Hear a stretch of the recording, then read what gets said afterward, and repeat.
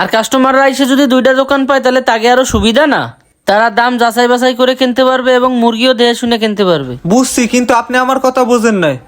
তোমার কথা বুঝি নাই মানে? তুমি একা এই জায়গায় ব্যবসা করবে, আর কেউ এই জায়গায় ব্যবসা করবে না? আর সে যদি ব্যবসা করে তোমার এই জায়গায় হস্তক্ষেপ করার দরকার কি? আমার যে ব্যবসা করতে মন চাবে আমি সেই ব্যবসা করব। কি ভাই কোন ওনারে কিছু? ভাই উনি তো ঠিকই কইছে, ওনার যে ব্যবসা করতে ইচ্ছা করবে উনি তো সেই ব্যবসা করবে। আপনার যদি এত সমস্যা আপনি দোকান ছাইড়ে দেন, আমার কোনো আপত্তি নাই। আচ্ছা ঠিক আছে। আর শোনেন, এরকম মন মানসিকতা নিয়ে ব্যবসা করা যায় না। আর ব্যবসা করতে গেলে এইসব মাইনে নিয়েই তো ব্যবসা করতে হবে, এটার নামই তো সমাজ, তাই না? যদি আপনার বিবেক থাকে তাহলে আপনি বুঝবেন, থাকেন আপনি।